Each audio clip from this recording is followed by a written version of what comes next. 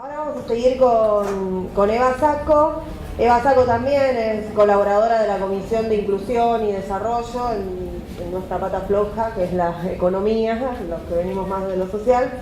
Y bueno, ella es licenciada en Economía por la UBA, magíster en Economía por la Universidad Torcuato Di Tella, magíster en Desarrollo Económico en la Universidad de San Martín, ¿está bien?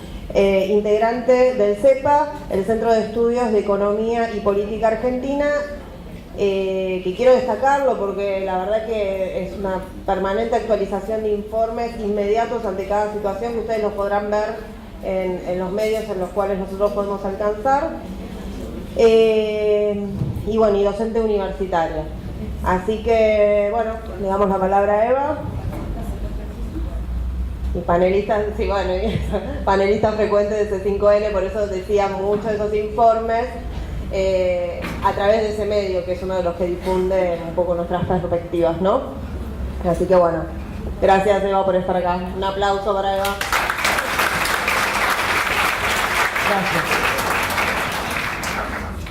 Gracias.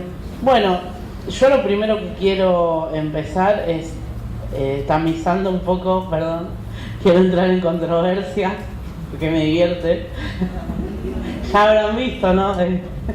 Imagínense en Di Tella yo estudiando lo que era. Así que la controversia me gusta. Quiero entrar un poco en controversia con lo que dijeron las compañeras y el compañero cuando se habla acerca del modelo neoliberal, ¿sí? Que es una reactualización de lo que pasó en la década del 90. Creo que claramente en términos económicos todos sabemos lo que es. Creo que es peor todavía de lo que pasó en la década del 90. Y sabemos lo que es en términos sociales, lo que esto implica. Sin embargo, hay algunas diferencias, ¿sí? Y yo creo que este modelo nuevo, este neoliberalismo, en realidad tiene algunas cuestiones que son nuevas y disruptivas. Por un lado hay una cuestión que creo que nosotros como militantes tenemos que tener en claro, ¿sí? Y creo que un poco lo que intento hacer es aportar algo desde el lenguaje, algo desde lo que es el discurso y de lo que es el discurso de ellos. Fíjense que se habla de la meritocracia, ¿no? Constantemente, y nosotros hablamos como del cuco ese de la meritocracia, que parece que vienen y te la refriegan por la cara, pero en realidad no es tan así. Ellos tienen un discurso muy bien pensado y muy bien planificado. Cuando hablan en un medio, ¿sí? Algunos referentes hablan, bueno, un discurso cuasi nazi, pero después, para una gran parte de la sociedad, dibujan bastante eso, ¿no? Y en realidad, cuando hablan de quitar derechos, en realidad hablan de que hay abusos. Ellos no van en contra de los derechos, ¿sí? Van en contra de los abusos. Y después, una cuestión que no es menor, ¿sí? No es menor, es la manipulación de las estadísticas públicas y la manipulación de los números.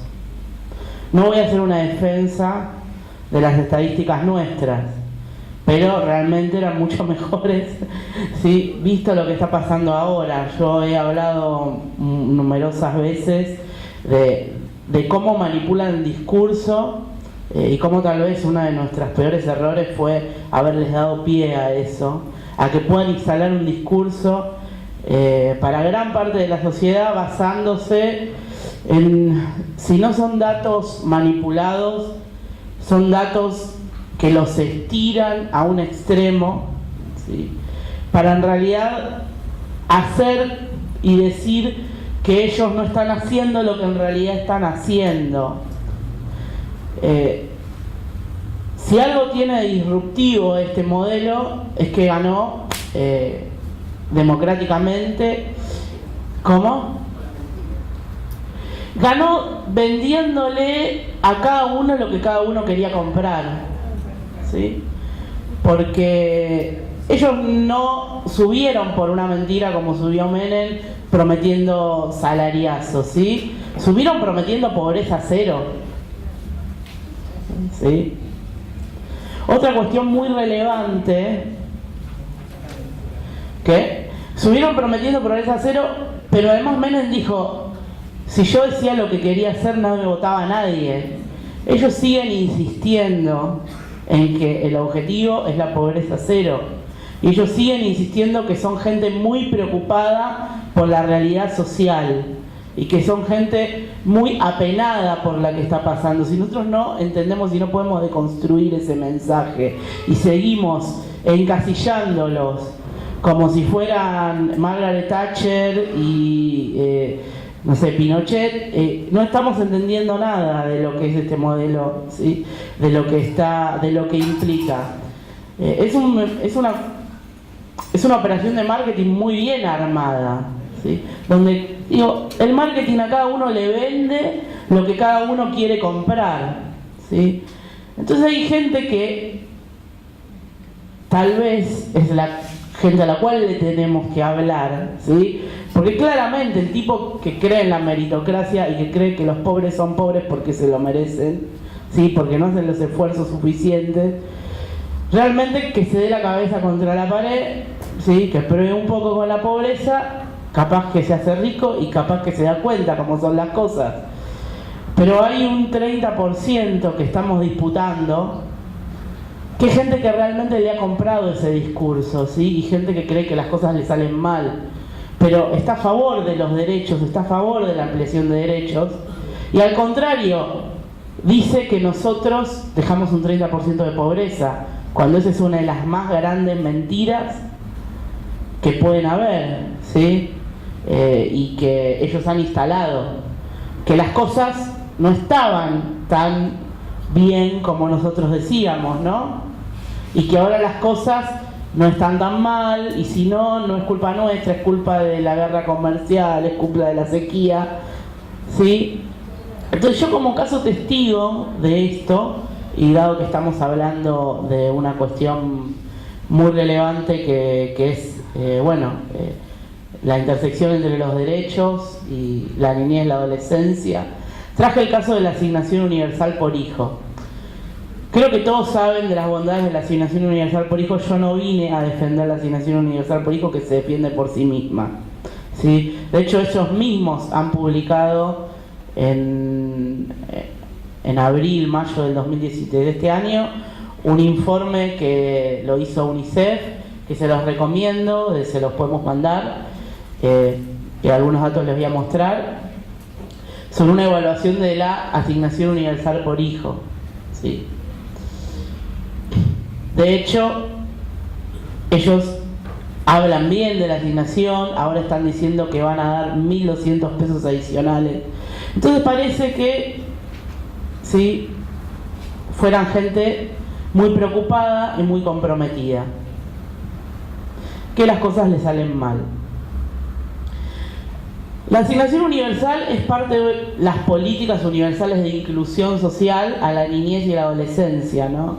Nosotros teníamos cerca de un entre 85 y 90% de cobertura de los niños y niñas y adolescentes mediante programas de transferencias de ingresos.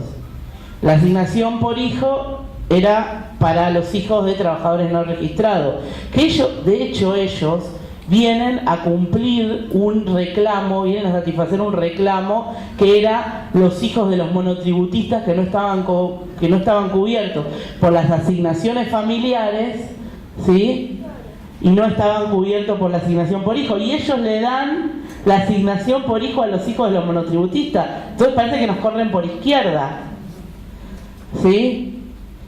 Después teníamos las deducciones para los hijos de los trabajadores de quienes pagan ganancias. O sea, nosotros teníamos cubierto cerca del 80%. Fíjense, ellos les dan a los monotributistas y les sacan a los trabajadores, ¿sí?, porque reducen los montos que se podían descontar a los trabajadores que pagan ganancias. Y ahora muchos más terminan pagando ganancias, que antes cobraban asignación familiar y ahora pasan a cobrar ganancias. pero parece ser una política progresista, ¿no? Por eso digo, voy a discutir con ustedes. ¿Sí? Y creo que es una perversión de su discurso, y creo que por ahí sepa por eso es que nos va bien, porque continuamente estamos discutiendo ahí en el límite, estamos discutiendo esa manipulación del discurso, y creo que es una gimnasia que tenemos que hacer. Nosotros no vamos a ganar votos o no vamos a convencer absolutamente a nadie diciéndole que la asignación es algo bueno, porque ya están todos convencidos, al menos lo que queremos convencer, como les digo. Ellos dicen que mejoraron la asignación, que ahora pasaron de un 80% de cobertura a un 90% de cobertura, y que a los que les sacaron, bueno, es porque ganaban mucha plata, tienen que pagar ganancias, cuando se terminaron bajando los topes y ellos ganaron diciendo que menos trabajadores iban a pagar impuestos. Ningún trabajador va a pagar impuestos a las ganancias, ¿no? De hecho, bueno, les traje algunas noticias que salieron en algunos medios, ¿no? Acá tenemos, creo que esto es Infobae. Oficializan refuerzo de la UH por 1.200 pesos. Es gente que está muy comprometida, les va a dar un bono de 1.200 pesos a los chicos, a las familias que tengan asignación por hijo ahora este mes, y 1.200 más en diciembre. ¿Sí? ¿Cómo? 1.500 en diciembre. Porque después de la devaluación realmente las familias han quedado muy rezagados los ingresos, sobre todo los ingresos de los más vulnerables. Ya no hay forma de ocultar eso. Ellos ocultaron el salto en el 2016, primero porque las familias no venían tan mal, tenían un colchón que ya lo fueron perdiendo, y además tuvieron un apagón estadístico, recién había sido recambio de elecciones, y en el 2016 nos la comimos, ¿no? Nosotros que estudiamos los números sabemos qué es lo que pasó, ¿sí? Pero hasta alguna gente de nuestro espacio se comió que había habido, no sé, un 2% de aumento de la pobreza, o que arrancamos con un 30% y que nunca habíamos podido perforar eso. Hasta el FMI, ¿sí?, les pide que mejoren la asignación universal, que la plata de que se haga un ajuste pero con protección social, y que la protección social se haga a través de lo que es la asignación universal. Acá yo les quería mostrar un poco cómo está distribuida la protección social. Esto es para el año 2015, ¿sí? Como en estos 1, 2, 3, 4, 5, 6, 7, 8, 9, 10 son los deciles de ingreso. O sea, si yo divido a la población en 10, ¿sí?, en 10 bolsas según los ingresos, el primer decil es el más pobre, así que el 10 es el más rico. Ahí, como ven, esto es teóricamente, el 76% del primer decil cobraba la asignación, el 22% estaba cubierto por asalariados, este 1,6% eran asignaciones familiares. Esto es lo que después se terminó incluyendo como los monotributistas, ¿no? Que era lo que no estaba cubierto, la demanda esa, ¿sí? La demanda histórica. Y las ganancias, como ven, o sea, te dicen, bueno, le sacamos a ese decil, ¿no? A eso de que le sacamos la deducción por hijo de ganancias. Ahora, estos también son algunos datos como para ver quiénes son los que cobran la asignación, quiénes son los hogares que tienen asignación por hijo.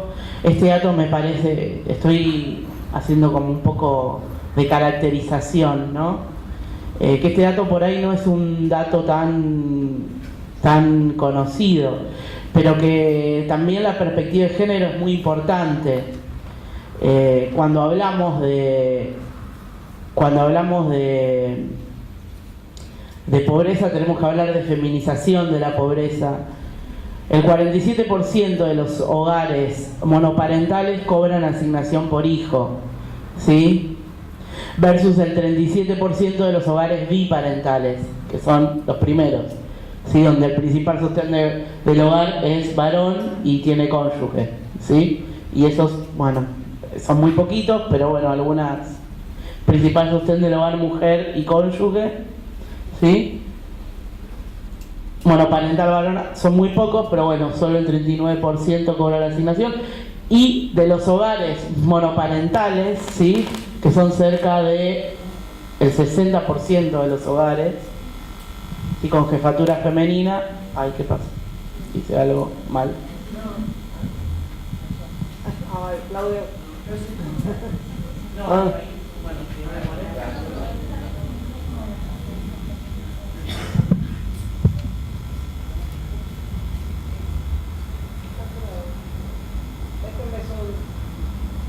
bueno, si no me molesta el cursivo. ¿Qué? Bueno, está bien. No es eso. Y un poco acá, lo que les quería mostrar, esos son datos también de este informe de UNICEF, ¿sí? En dónde están en términos de ingreso ubicados los hogares que cobran, que perciben asignación universal. De 0 a 5.000 ese dato está desactualizado, es lo que se llama el primer quintil de ingresos, o sea el 20% que menos gana. Quintil, dividimos la población en 5. El 40% está en el primer quintil, el 28% en el segundo quintil. Entonces, si tenemos el primer y segundo quintil, que es el 40% más pobre, tendríamos el 70% de los hogares que perciben asignación universal.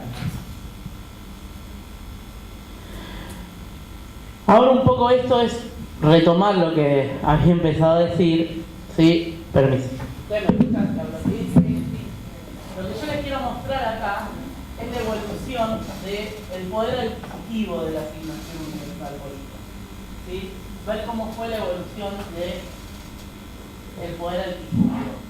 Esto se mide en base de 100, o sea, en septiembre de 2014 es 100, estoy normalizando, si no me entienden algo, por pregúntenme. Y acá ven que hace como una forma de serrucho. ¿Sí? Bueno, esa forma de serrucho tiene que ver con, acá hay inflación, va bajando el poder adquisitivo y después pega un salto porque son las actualizaciones. ¿Entienden? ¿Cómo?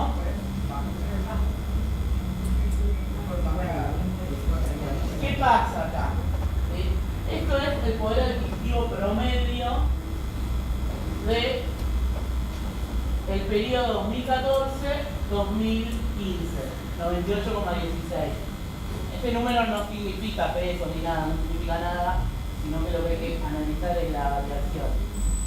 Este dato es el poder adquisitivo promedio, 92,15, desde diciembre del 2015, porque está haciendo video blanco. Lo apagamos.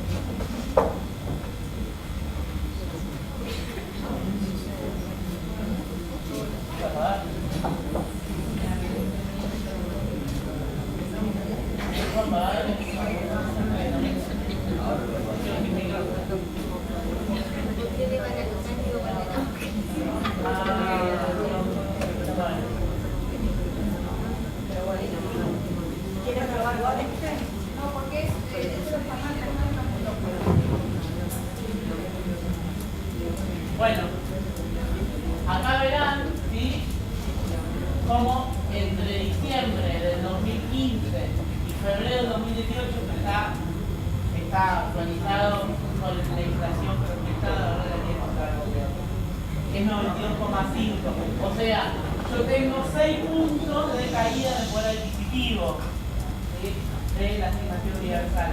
¿Esto qué significa? Que en promedio, ¿sí?, todos los meses, porque uno dice 6%, pero no es 6% un mes, en promedio todos los meses, entre diciembre en adelante, ¿sí?, la asignación universal tuvo una pérdida del 6% respecto de lo que era el poder adquisitivo en el periodo anterior. Todos los meses un 6% menos, es como por cada 100 pesos que ganaba acá alguien, que le pagaban a alguien una hueá con la asignación universal, le pagan, en vez de 100, le pagaran, imagínense, con la inflación, sería como que le pagaran 94 pesos. Ahora, esta es la peor noticia, que este gráfico es viejo, no tuve tiempo de gastarlo. Este gráfico está hecho antes de la devaluación de septiembre.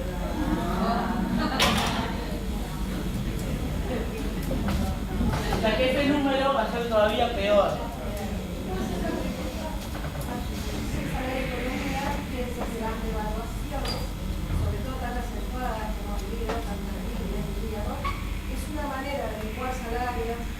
La asignación, de licuar la vida de todo el mundo, digamos, sin tener un esfuerzo, tendría que no les costó políticamente. Te devaluaron y ahí, bueno, te jodieron. Pasaste a ganar $500 como jubilado a ganar por 100. Y hay otra cosa más todavía, ¿sí? Esto está medido por la inflación del INDEC, la inflación general, que representa una canasta de consumo de clase media alta en realidad.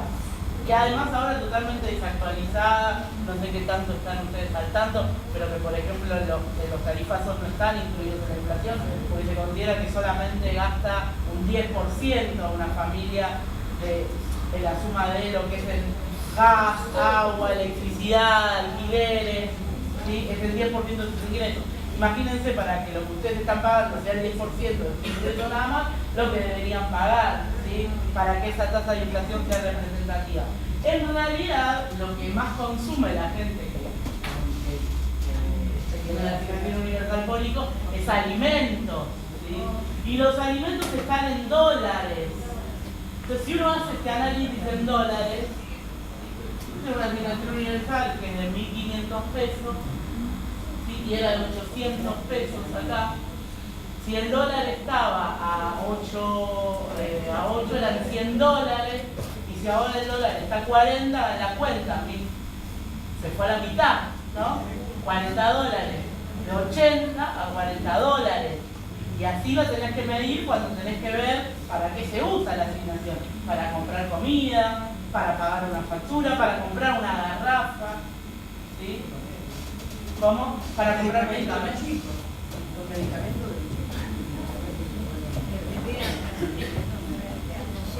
Entonces yo, ahora lo último que les quería mostrar un poco era, si estas cuentas las hice esta tarde, considerando un 42% de inflación, ¿no? El monto en 2015, en noviembre de 2015, era 837 pesos. Y hoy el monto es de 1.577 pesos. ¿Sí? ¿Cuánto tendría que ser hoy lo que está percibiendo alguien?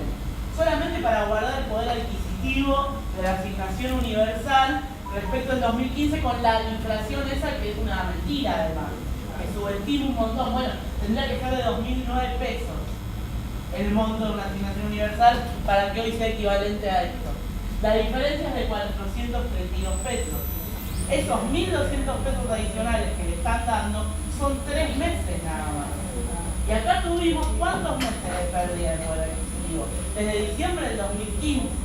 Entonces es apenas una gotita, que además se va a seguir perdiendo poder adquisitivo, que además lo calculamos con una inflación mentirosa, una gotita en el océano de lo que está pasando. ¿Cuánto está la asignación? Hoy es de 1.577 pesos. ¿Sí? ¿Cómo? Que requieren un porcentaje que te lo abonan cuando para que Sí, igual también es lo mismo, es el mismo número. ¿Sí? y como no es médico, no es pediatra, no pueden tener esos 1.500 pesos.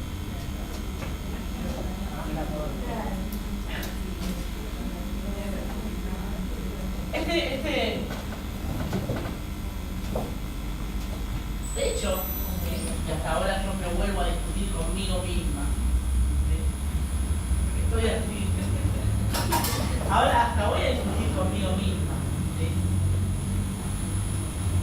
Mirándolo con un poco más de profundidad, este gobierno es un gobierno que ha aprendido mucho. Yo creo que desde la experiencia de lo que fue el 2001 ha aprendido muchísimo, no solo a ganar elecciones democráticamente, no solo a...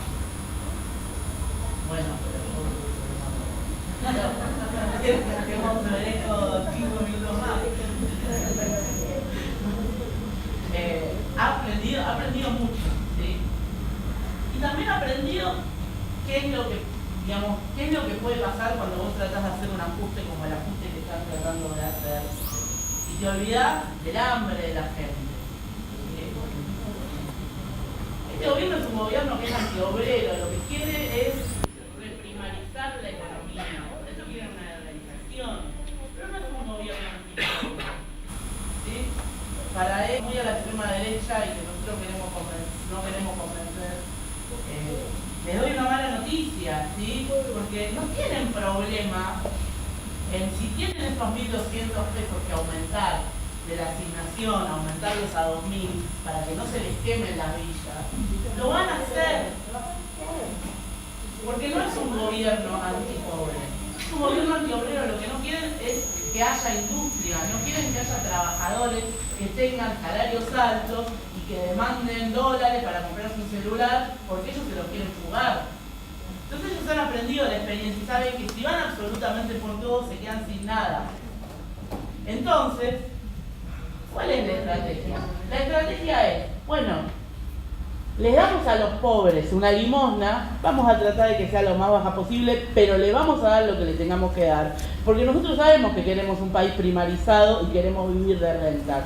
Vamos a tener que combatir esa renta porque si no nos va a pasar lo que pasó en el 2001, va a venir el populismo, va a volver a industrializar el país, vamos a volver a tener trabajadores, ¿sí? Vamos a volver a tener salarios de trabajadores, no vamos a tener asignación.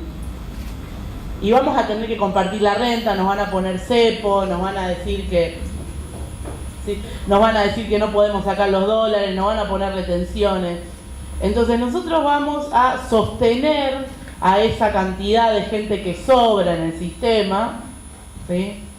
Porque eso es el problema. ¿Por qué dicen el problema es de hace 70 años? Porque el problema es la industria, el problema es que el peronismo trajo a la gente que vivía, a los negros que vivían en el interior al conurbano, ¿sí? Y les dio trabajos industriales y les dio salarios de empleados industriales, ¿sí? Y se reprodujeron y tuvieron hijos y son un montón. Y tenemos 10 millones de gente que sobra en el conurbano. Bueno, vamos a compartirle la renta porque nosotros somos derecha con conciencia social y ya no dan hacer otras cosas, ¿sí? No funcionó.